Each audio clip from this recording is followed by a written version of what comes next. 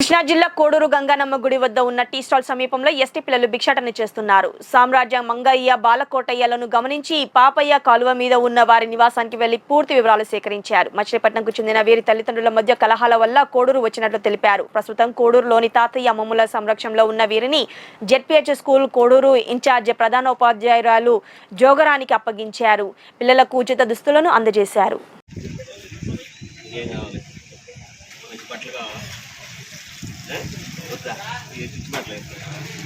ఏం కావాలంటే మాస్టర్ లేకపోతే మంచి ఫ్రెండ్స్ కావాలి, ఆడుకోవడం కావాలి, బొమ్మలు కావాలి, అవన్నీ ఉంటాయి. మూడు మంది ఫ్రెండ్స్ ఏంటి బాగుంటుంది కదా, అనే కదా బాగుంటుంది. మామ దగ్గరికి తీసుకెళ్ళాలి,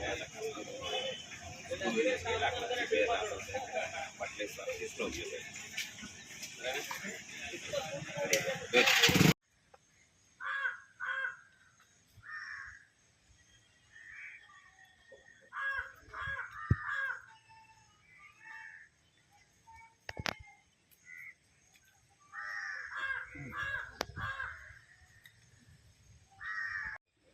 ఎవరు మీది? ఇక్కడికి ఏం పని మీద వచ్చారు? ఉంటారా ఇక్కడ 4 రోజులు? ఇక్కడ సరేనా? ఓకేనా?